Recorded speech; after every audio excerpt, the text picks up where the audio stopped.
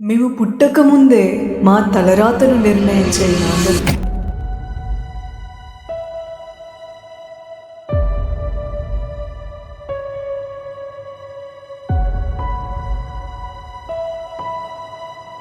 బహుశా ఆడపిల్లగా పుట్టడమే మేము చేసుకున్న పాపమేమో.